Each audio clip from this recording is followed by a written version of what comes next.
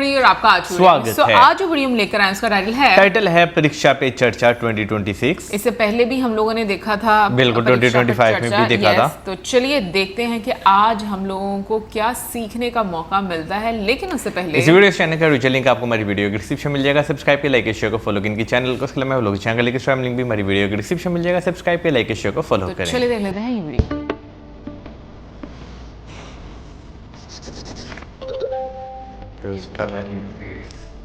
चलिए आप शुरू करते हैं, बताइए। मैं सानवी आचार्य आप ही के स्टेट यानी गुजरात से हूँ।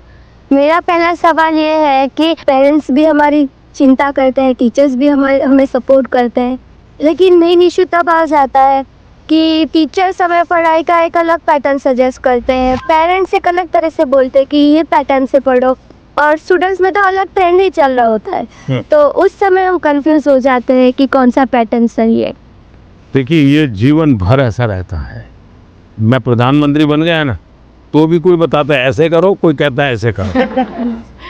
अब घर में खाने पर देखना, खाने पर बैठे होंगे सब भाई बहन, हर एक की खाने की पैटर्न अलग होगी। कोई सब्जी से शुरू करेगा, यस सर, कोई दाल से शुरू करेगा, यस सर, कोई रोटी सब्जी दाल सब इकट्ठा करके डालेगा। हर एक की पैटर्न अलग अलग है कि नहीं? Yes sir. आपकी अपनी क्या उनकी कॉपी करते हैं आप? No sir. आप अपनी पैटर्न से खाते हैं तब मजा आता है ना। Yes sir. जैसे कुछ लोग होते हैं कि वो उनको लगता है मैं रात को ठीक से मैं पढ़ पाता हूँ। कुछ लोगों को रहता है सुबह 4 बजे उठ करके पढ़ूंगा।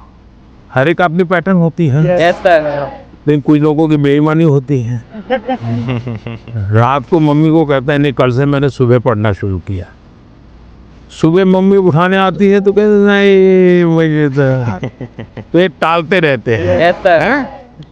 पहली बात है, आप अपनी जो पैटर्न है उस पर पूरा भरोसा करो, लेकिन जो पैटर्न के लिए सुझाव देते हैं उसको ध्यान से सुनो, समझने की कोशिश करो, और उसमें आपको लगता है यार मेरी पैटर्न तो है, लेकिन ये चीज़ मैं अगर जोड़ दूँ तो अच्छा होगा। लेकिन किसी के कहने पर मत जोड़ो, अपने अनुभव से जोड़ो। अब जैसे परीक्षा पे चर्चा मैंने जब शुरू किया तब एक पैटर्न था, अब धीरे धीरे मैं उसमें इम्प्रूव करता जा रहा हूँ, बदलता जा रहा हूँ। इस बार मैंने अलग अलग राज्यों में भी किया, तो मैंने भी अपनी पैटर्न बदली, लेकिन मूल पैटर्न को छोड़ा नहीं। Yes sir. उनका नेचर भी बहुत अच्छा था, वो बहुत फ्रेंडली थे, वो हम सब बच्चों के साथ भी एकदम घुल मिल गए थे। प्रधानमंत्री जी ने हमें बताया कि हमें सभी का पैटर्न सुनना है, सभी में से कुछ कुछ गुण लेना है, हमें हमारा पैटर्न में ही फोकस करना है, सबका कुछ अच्छा अच्छा गुण हमें लेना है, और वही पैटर्न हमें धीरे धीरे आगे बढ़ाना है। नर्मदे हर सर। नर्मदे हर। सर मेरा नाम आयुष तिवारी है सर। तो मेरा प्रश्न यह है कि अक्सर कई बार हम स्कूल या टीचर की स्पीड से मैच नहीं कर पाते, और जो छूट जाता है हम उसे कवर करने के चक्कर में आगे के चैप्टर्स भी मिस करते जाते हैं और हम पीछे रह जाते हैं। तो इस सिचुएशन में हम कैसे अपने उसको मैनेज? आपकी टीचर के खिलाफ शिकायत है? लो सर। लेकिन आपने बड़ी चतुराई से टीचर के खिलाफ अपनी कंप्लेंट बता ली, तो मैं जवाब टीचर के लिए देता हूँ। Yes sir. हाँ, टीचर का प्रयास रहना चाहिए कि स्टूडेंट की ये स्पीड है, एक कदम ज़्यादा स्पीड मेरी रहेगी, ज़्यादा नहीं। हमारा लक्ष्य ऐसा होना चाहिए जो पहुंच में हो लेकिन पकड़ में ना हो। Yes sir. Sir exam warrior में भी लिखा है मंत्र 26, goal should be with in reach but not easily achievable. वाह, सब याद रखते हैं आप लोग। लेकिन 50 कदम आगे चला जाएगा तो स्टूडेंट कहेगा भाई ये तो चला गया, मेरा काम नहीं है। जैसे किसान खेत को जोतता है ना, स्टूडेंट के मन को जोतना चाहिए। इसका तरीका क्या है? मान लीजिए जनवरी के तीसरे सप्ताह में वो हिस्ट्री का ये पाठ पढ़ाने वाले हैं, तो जनवरी 1 तारीख को बता दें कि मैं पहले वीक में हिस्ट्री का ये पार्ट पढ़ाऊँगा, दूसरे वीक में हिस्ट्री का ये पार्ट पढ़ाऊँगा, तीसरे वीक में हिस्ट्री का ये पार्ट पढ़ाऊँगा। तो आपको पता है कि आने वाले 3 सप्ताह में ये 3 विषय आने वाले हैं। फिर वो कहेगा ऐसा करो, आप मैं पढ़ाऊँ उसके पहले पढ़ना शुरू कर दो, पढ़ करके आओ, किसको पूछ के आओ, यस सर। हाँ गूगल पे जाके कुछ करना है तो वहाँ करके आ जाओ। Yes sir. और उसके बाद एक्चुअली जब पाठ पढ़ाएंगे तो क्या होगा? सर सर हमें क्यूरियोसिटी होगी, हमें जिज्ञासा ज़्यादा होगी। समझ आएगा क्योंकि हमने पहले से पढ़ा होगा। फोकस भी और अच्छा रहेगा। मानसी, सर अगर कोई चैप्टर हमें बहुत ज़्यादा इंटरेस्टिंग लगता है तो हमें उसको और समझने की और जानने की इच्छा होगी, जिससे हमें और अच्छे से रिवाइज हो जाएगा वो चैप्टर। बताइए, सिंपल सा काम है ना। Yes sir. फिर आपको टीचर की स्पीड का प्रॉब्लम आएगा? नहीं आएगा। आप पीछे रह गए ऐसा भाव आएगा? क्यों? क्योंकि आप टीचर से एक कदम आगे चले गए। मन को जोतो, फिर मन को जोड़ो, और फिर आपको पढ़ाई के जो विषय रखने हैं रखो, तो आप स्टूडेंट को हमेशा सफल पाओगे। हर किसी को ये अवसर नहीं मिल पाता कि पीएम माननीय प्रधानमंत्री से स्वयं आमने सामने बैठकर उनसे सवाल पूछकर उनसे अपनी बातचीत शेयर कर पाएँ। उन्होंने बताया कि हम टीचर से 2 कदम पीछे होने की बजाय 2 कदम उनसे आगे रहें, तो हम उनसे पीछे रह ही नहीं सकते।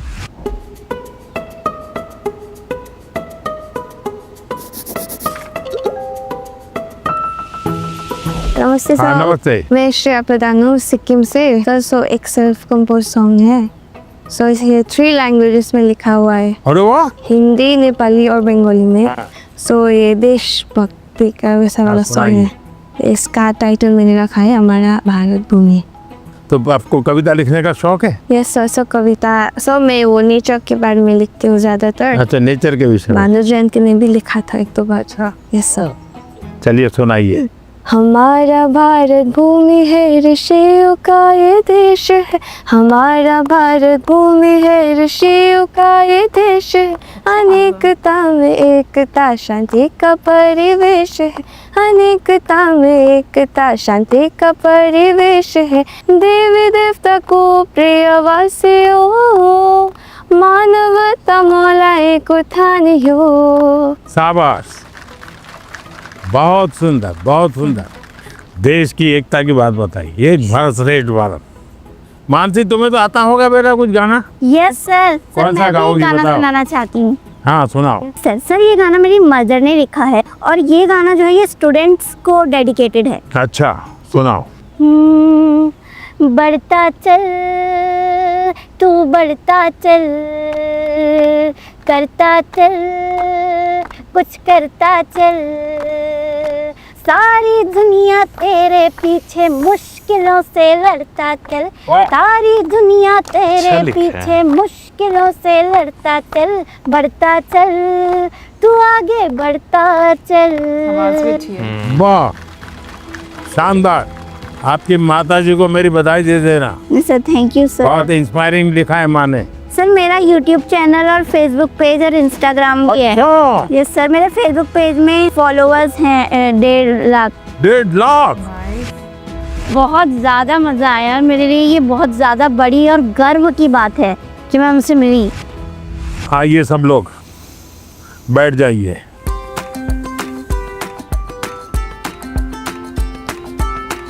आज से मैंने आज आपको स्वागत आपका किया। ये असमी वो गमोशा कहते हैं।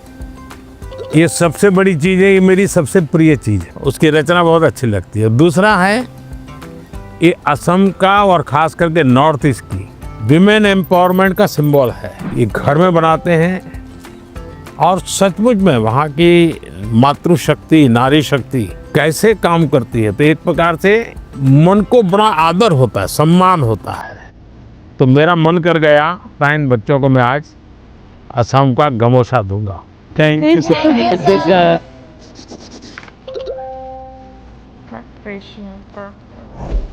मेरा नाम सभावत वेंकटेश है। हाँ वेंकटेश गारू, बताइए। तो सर अभी मुझे है ना टेक्नोलॉजी और रोबोटिक्स में बहुत इंटरेस्ट है।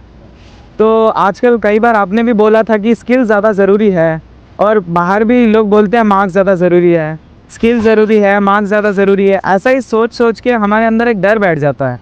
तो आप बताइए कि स्किल ज़्यादा ज़रूरी है या फिर मार्क्स ज़्यादा ज़रूरी है? ये जो मन में रहता है ना कि इसका महत्व है कि उसका महत्व है, खाने का महत्व है कि सोने का महत्व है, पढ़ने का महत्व है कि खेलने का महत्व है, उसका एक कॉमन जवाब होता है, हर चीज में संतुलन होना चाहिए, बैलेंस होना चाहिए। एक तरफ झुकोगे तो गिरोगे कि नहीं गिरोगे? Yes sir. और सही बैलेंस करके रहोगे तो गिरोगे क्या कभी?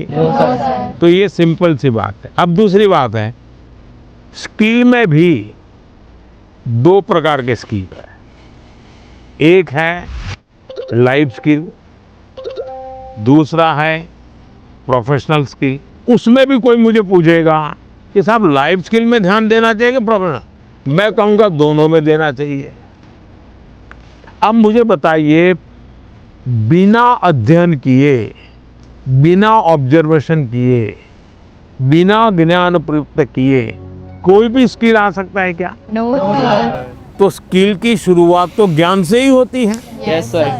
तो उसका महत्व कम नहीं है। मान लीजिए हम बहुत बढ़िया पढ़ लिए हैं, लेकिन एक बार अचानक माँ बाप को बाहर जाना हुआ, अब हमें भूखे मर रहे हैं, किचन में सब पड़ा है, लेकिन पता ही नहीं कैसे करूँ, क्या करूँ, कि डब्बे में क्या है, कैसे निकालूं। क्यों? हमने कभी ध्यान ही नहीं दिया। जो इसलिए लाइफ स्किल जीवन की रोजमर्रा की जिंदगी है, इसमें हमारी लाइफ स्किल अच्छे से अच्छी कैसे हो। मेरा सुबह उठने का समय क्या है, सोने का समय क्या है, मैं व्यायाम करता हूँ तो मेरी उम्र के हिसाब से मैं व्यायाम करता हूँ, मुझे नया व्यायाम में सीखता हूँ कि नहीं सीखता हूँ। मैं किसी को मिलने जाता हूँ तो मुझे बातचीत करना कॉन्फिडेंस से आता है कि नहीं आता है। मुझे रेलवे स्टेशन पे गया और मुझे मालूम ही नहीं है भाई टिकट कहाँ से लेना, तो मैं 10 लोगों को पूछता हूँ भाई टिकट कहाँ से लेता हूँ। तो लाइफ स्किल जो है वो हमने आत्मसात करनी ही करनी चाहिए। अब दूसरा विषय प्रोफेशनल स्किल। आप मानो डॉक्टर बनने वाले हैं, तो डॉक्टरी की स्किल आपकी एकदम से अपडेट होनी चाहिए। ऐसा नहीं कि मैं नंबर 1 हो गया था यूनिवर्सिटी में और इसलिए मैं ऑपरेशन करूं या न करूं चल जाएगा, ऐसा नहीं है। आपको अगर हार्ट स्पेशलिस्ट बनना है तो किताबें आपको हार्ट स्पेशलिस्ट बनने में मदद कर सकती है, हार्ट स्पेशलिस्ट नहीं बना सकती। हार्ट स्पेशलिस्ट तो आप तब बनेंगे जब एक्चुअली आप पेशेंट के साथ, उसके हर स्टेजेस के साथ जुड़ करके अपना स्किल डेवलप करोगे। अगर आपको वकील बनना है, आपको कॉन्स्टिट्यूशन की सारी धाराएं पता है, इस धारा में इतनी सजा होती है, इस धारा से ऐसे बेल मिलता है, सब मालूम है। लेकिन अगर आपको अदालत में जाकर के एक वकील के रूप में तैयार होना है तो किसी वकील का जूनियर बनना पड़ता है, प्रोफेशनल स्किल सीखनी पड़ती है, उसमें से आपको आगे आना होता है।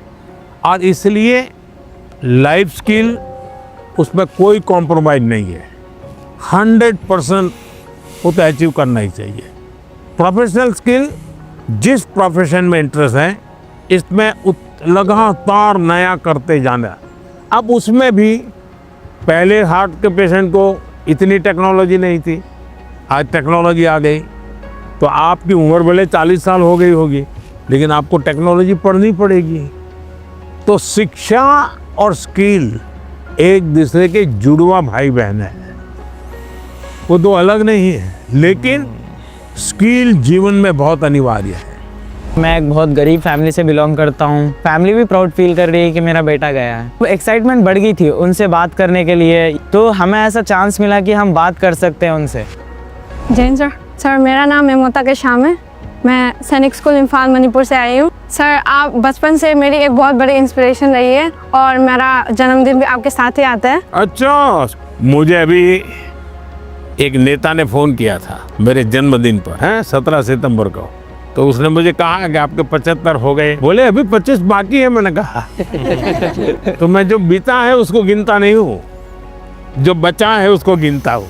और इसलिए जीवन में मैं आपको भी कहता हूँ, बीता है उसकी गिनती में समय बर्बाद मत कीजिए, जो बचा है उसको जीने के लिए सोचिए।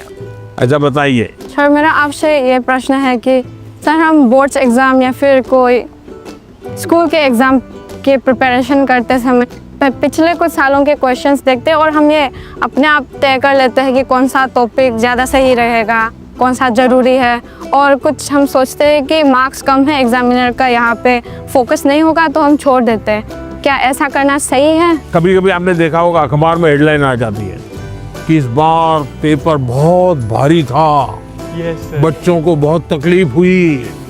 ये क्यों होता है? सिलेबस के बाहर का होता है क्या? No sir. लेकिन आपको भारी क्यों लगता है? क्योंकि आपने वो 10 साल की पैटर्न के जो 3, 4, 5 साल एक एक विषय के सवाल है उसी पर ध्यान केंद्रित किया। पहले आता था श्योर सजेशंस, फिर आने लगा इम्पोर्टेंट क्वेश्चंस, फिर आने लगा 10 साल के पेपर आप कर लीजिए, वही पैटर्न चलेगा।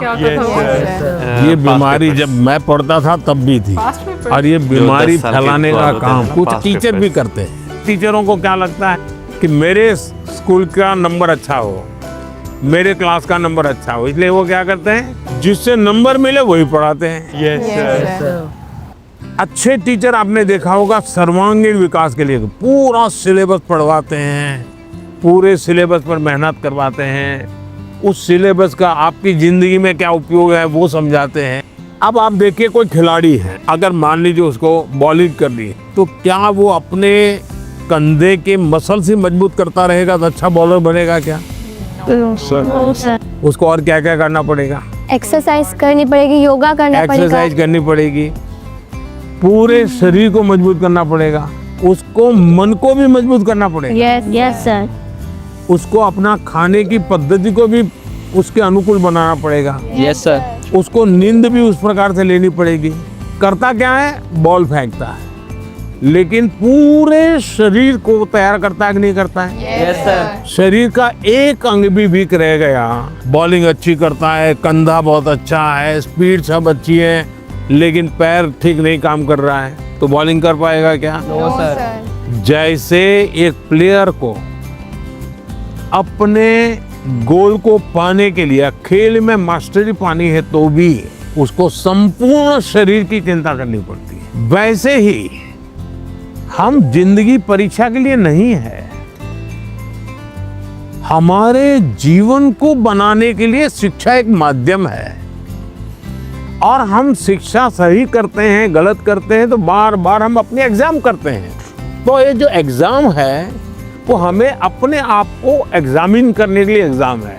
अल्टीमेट गोल एग्जाम के नंबर नहीं हो सकता है।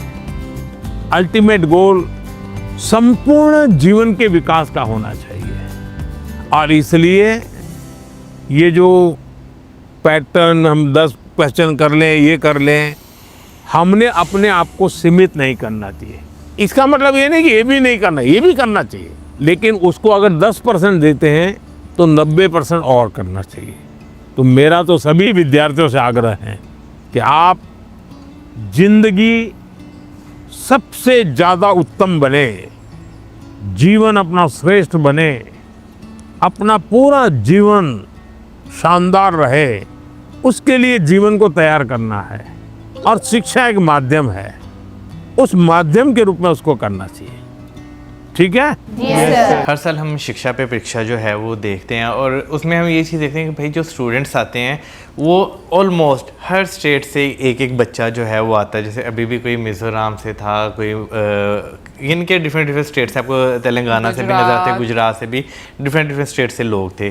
तो ये चीज़ बहुत अच्छी है कि भाई आप जो है ना हर स्टेट की जो है ना एक रिप्रेजेंटेशन जो है वो वहाँ पर रख रहे हैं। मुझे सबसे अच्छी चीज़ लगती है कि नो डाउट ये एक बहुत ही अच्छा कार्यक्रम है, लेकिन कार्यक्रम ही बोलेंगे ना, और लेकिन उसके साथ साथ बच्चों की जो सबसे अच्छी मुझे बात लगी कि दे आर वेरी कॉन्फिडेंट। और जिस तरीके से, जिस प्रकार के वो क्वेश्चंस पूछ रहे हैं, अपनी जो उनको प्रॉब्लम्स आती हैं उससे रिलेटेड जो क्वेश्चंस वो पूछते हैं, जिस तरीके से पीएम मोदी उनको एक एड्रेस कर रहे हैं, एड्रेस करके सोल्यूशन देते हैं, तो वो चीज़ बहुत प्रैक्टिकल और आप कह लो कि इतने सरल भाषा में दी जाती है कि आपको आराम से जो है वो चीज़ समझ आती है। मतलब एक मुझे ऑनेस्टली मुझे ये फील होता है कि लाइक अगर बचपन से ही आपको शब्दों की और समझ की सही ट्रेनिंग दी जाए ना, तो आपकी जो पर्सनालिटी है वो कुछ और ही अलग ही निखर कर आती है। और अगर बचपन से ही आपके दिमाग में कुछ ऐसी ही चीज़ें, ऐसी ट्रेनिंग डाल दी गई है ना जो कि बहुत ही मटेरियल है,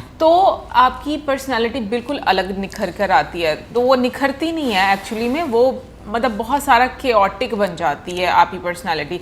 और बच्चों के अंदर इतना कॉन्फिडेंस होना, स्पेशली जो तेलंगाना से बच्चा था, मुझे इतना अच्छा लगा कि वो इतने हम्बल बैकग्राउंड से थे और उन्होंने जितने कॉन्फिडेंस के साथ ये बात बोली और उन्होंने बोला कि उनके घर वाले जो है वो बहुत खुश होंगे क्योंकि ये अवसर हर किसी को नहीं मिलता। तो मुझे ये चीज़ बहुत अच्छी लगती है क्योंकि कहने को ये एक शायद नॉर्मल सी बात होगी बहुत सारे लोगों के लिए, लेकिन जिस तरह की सोसाइटी से मैं आती हूँ मुझे पता है कि वहाँ पर अक्सर लोग जो हैं वो बहुत ज़्यादा एहसास कमतरी का शिकार हो जाते हैं इसी चीज़ को लेकर। बच्चों में आपको वो कॉन्फिडेंस नहीं नज़र आता, लेकिन यहाँ पर जितने भी बच्चों को मैंने देखा और जिस कॉन्फिडेंस से वो बात कर रहे थे, मुझे वो चीज़ बहुत अच्छी लगी। क्योंकि इंडिया में मुझे सबसे ज़्यादा खासियत यही लगती है कि अगर आप हम्बल बैकग्राउंड से भी आते हो ना, तो लोग उस चीज़ को बहुत अच्छे से एड्रेस करते हैं और बहुत अच्छे से अप्रिशिएट करते हैं। यार सबसे अच्छी चीज़ जो है ना मुझे ये लग रही है कि बच्चे जो है ना बहुत रेलिवेंट क्वेश्चन जो है वो पूछ रहे हैं। जैसे सबसे पहले जो है हमारे बचपन में भी ये चीज़ होती थी कि भाई टीचर जो है ना वो पढ़ाता था और पढ़ा के हम पीछे रह जाते थे। वो बहुत वही 50 कदम वाला जो एक फ़र्क बताया, एक कदम आगे हो तो बंदा फॉलो कर सकता है, लेकिन 50 कदम पे कहीं ना कहीं बंदा गुम हो जाता है। तो जिस तरह उस चीज़ को उन्होंने एड्रेस किया, उन्होंने ये नहीं कहा कि बच्चों में ये कमी है, उन्होंने कहा टीचर्स को भी ये चीज़ जो है वो सोचनी चाहिए कि बच्चों के साथ जो है ना कदम से कदम लाकर जो है वो चलें। फिर उसके बाद स्किल्स और स्टडी की जो है वो बात की, मार्क्स की बात की कि भाई उनको जो है वो कैसे लेकर चलते हैं। मुझे ये चीज़ जो है ना वो एक नज़र आती है सोसाइटी में कि भाई मोस्टली बच्चों को भी नहीं पता होता और पेरेंट्स को भी नहीं पता होता कि बच्चों ने करना क्या है। ज़्यादातर यही होता है बस पढ़ लें, इतना ही बहुत है, अपने लिए हो जाए, बस इतना ही बहुत है। लेकिन मुझे ये चीज़ फ़ील होती है कि भाई स्किल डेवलपमेंट जो है ना बच्चों के अंदर, वो स्टडी के साथ साथ जो है वो बहुत ज़्यादा ज़रूरी है। और ये जो हम बच्चों पे प्रेशर डालते हैं ना कि भाई मार्क्स ज़्यादा लेकर आओगे तो फिर ही ज़िंदगी में तुम कुछ कर पाओगे, मेरा ख्याल है ये चीज़ भी जो है ना वो गलत है। बच्चों को जो है ना आपको कहना चाहिए भाई चीज़ों को समझो, पढ़ो, एनालाइज करो, ठीक है ना। उसके बाद नंबर जितने आते हैं वो बहुत अच्छी बात है। फिर उसके बाद जो है फोकस होना चाहिए उनकी स्किल्स पे कि भाई उनके बच्चों के अंदर टैलेंट क्या है, बेसिकली वो किस चीज़ में अपने आप को ज़्यादा ग्रूम कर सकते हैं। बच्चों के साथ पेरेंट्स की काउंसलिंग होनी चाहिए, जो कि एक मैं कहता हूँ कि हमारी सोसाइटी में बहुत है अंतर है बच्चों में और पेरेंट्स में इस चीज़ का कि वो फ़र्क को समझ नहीं पाते पेरेंट्स। पर मैं ये बात सोचती हूँ कोई इस चेन को ब्रेक भी तो नहीं करता ना। हाँ। हम लोग कंप्लेंट्स पर कंप्लेंट्स करते रहते हैं कि हमसे पहले वाली जनरेशन्स ने ये नहीं किया, लेकिन जो इस जनरेशन के लोग हैं वो भी उस चीज़ को, उस चेन को ब्रेक नहीं कर पाते, वो संतुलित नहीं रख पाते, वो काउंसलिंग नहीं कर पाते। उनके ऊपर अब आजकल के जो मैं पेरेंट्स देखती हूँ, मुझे ये हमारी सोसाइटी का प्रॉब्लम रहता है क्योंकि बाकी कंट्रीज की सोसाइटी की मैं अगर बात करूँ उनका फोकस रहता है। अभी जैसे हम लोग इंडियन सोसाइटी की बात करें, मैंने बहुत सारे सोशल मीडिया पर ऐसे देखा है कि बहुत हम्बल बैकग्राउंड से होंगे लेकिन अपने बाकी सारी चीज़ें कट ऑफ करके उन्होंने बच्चों की पढ़ाई पर फोकस करना और आगे से बच्चे भी उस मुकाम तक पहुंचते हैं। सो मुझे लगता है कि ये एक माइंडसेट जो है उसको रिप्रेजेंट करता है कि आपकी प्रायोरिटी क्या है लाइफ में। अभी तो जिस तरीके से हम ये देखते हैं परीक्षा पे चर्चा, ये बहुत अच्छा इनिशिएटिव है कि जो प्रधानमंत्री हैं उनकी सोच, बच्चों की सोच और उनका एक जो जनरेशन, एक मतलब बहुत बड़ा जनरेशनल गैप है, लेकिन उनको समझकर समझाना ये सब में नहीं होता। तो इसलिए मुझे ये चीज़ जो है वो बहुत अच्छी लगती है। यार आपने जहाँ पे संतुलन की बात की है ना, वो वाकई में होना बहुत ज़रूरी है क्योंकि मैं अगर अपनी सोसाइटी में मैं चीज़ें ऑब्जर्व करता ना, बच्चों यानी कि पेरेंट्स से बच्चों में गैप कम हुआ है, लेकिन वो गैप जो है ना इस तरह का कम नहीं हुआ, वो एक बड़ा मटेरियलिस्टिक गैप जो है ना उस चीज़ में वो कम हो गया कि बच्चों को ज़्यादा से ज़्यादा साइशें दो क्योंकि इन्हें जितनी साइशें देंगे उतना ज़्यादा ये आगे जो है वो ज़िंदगी में जो है वो बढ़ेंगे। लेकिन उसके साथ साथ मेरा ख्याल है कि अगर मैं ये नहीं कहता कि भाई साइशें देना गलत बात है, बिल्कुल बच्चों को देनी चाहिए, लेकिन उसके साथ साथ ना आपको बच्चों के ऊपर फोकस एक अलग तरीके से भी करना चाहिए कि भाई आप उनको एक, क्योंकि लाजमी तो पूरी ज़िंदगी आप भी जो है वो नहीं दे सकते, तो बाद में उनके लिए जो है ना वो चीज़ें कैसे कंटिन्यू करें ये भी पेरेंट्स पे और बच्चों की जो ये काउंसलिंग होती है उस पर बहुत डिपेंड करता है। बाकी कमेंट सेक्शन में आप जरूर बताइए कि आपको कैसा लगा ये वीडियो। मिलेंगे नेक्स्ट वीडियो में, सब्सक्राइब करना मत भूलना।